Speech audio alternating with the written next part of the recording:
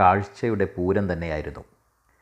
പച്ചപ്പ് എന്താണെന്നും ഗ്രീനറി എന്ന ആ ഒരു വലിയ ആകർഷണം, അതിൻ്റെ മാസ്മരിക വലയത്തിൽപ്പെട്ട് ഞങ്ങളങ്ങനെ നിന്നുപോയി എന്നുള്ളതാണ് സത്യം.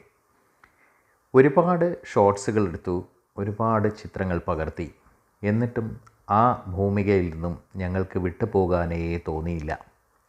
അങ്ങനെ കുറേ നേരം ആ തൊഴിലാളികളോടൊപ്പം ചിലവഴിച്ച് അങ്ങനെ മരത്തണലിൽ, തെങ്ങിൻ്റെ തണലാണ്, ആ തണലിൽ കുറേ നേരം ഞങ്ങളും ഇരുന്നു.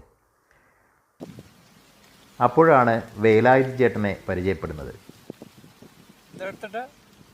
ഇത് യൂട്യൂബിൽ ഇടാൻ വേണ്ടിയിട്ടാണ്.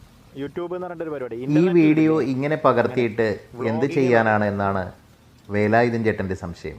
അപ്പോൾ വേലായുധൻ ചേട്ടന് മനസ്സിലാവുന്ന തരത്തിൽ ഞങ്ങളത് അല്പമൊക്കെ വിശദീകരിച്ച് പറഞ്ഞു കൊടുത്തു.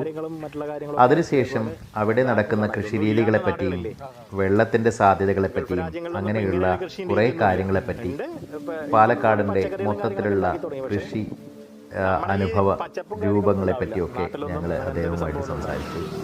ഒരു പാവപ്പെട്ട കർഷക തൊഴിലാളിയാണ്. പക്ഷേ അദ്ദേഹത്തിൻ്റെ അനുഭവങ്ങൾ ഞങ്ങളുമായി അദ്ദേഹം വളരെ വിശദമായി തന്നെ പങ്കുവച്ചു. അല്പസമയമായിരുന്നെങ്കിൽ പോലും അദ്ദേഹം വളരെ വിശദമായി തൻ്റെ കുടുംബത്തെക്കുറിച്ചും കുഞ്ഞുങ്ങളെക്കുറിച്ചുമെല്ലാം സംസാരിച്ചുകൊണ്ടേയിരുന്നു. പിന്നെ അവിടെ നടക്കുന്ന ആ കൃഷിരീതികളുടെ വൈവിധ്യങ്ങളെപ്പറ്റിയും.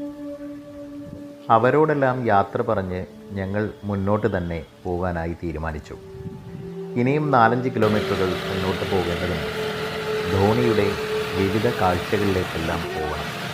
വളരെ മനോഹരമായ കാഴ്ചകളാണ് ധോണി ഞങ്ങൾക്ക് സമ്മാനിച്ചത് ഇതുവരെ. ഇനിയും അത്തരത്തിലുള്ള കാഴ്ചകൾ തന്നെയായിരിക്കും എന്ന് കരുതുന്നു. അടുത്ത ഒരു ഭാഗത്തിൽ നമുക്ക് ധോണിയുടെ കൂടുതൽ വിശേഷങ്ങൾ അറിയാൻ കേട്ടോ. അതുവരേക്കും എല്ലാവർക്കും ഗുഡ് ബൈ.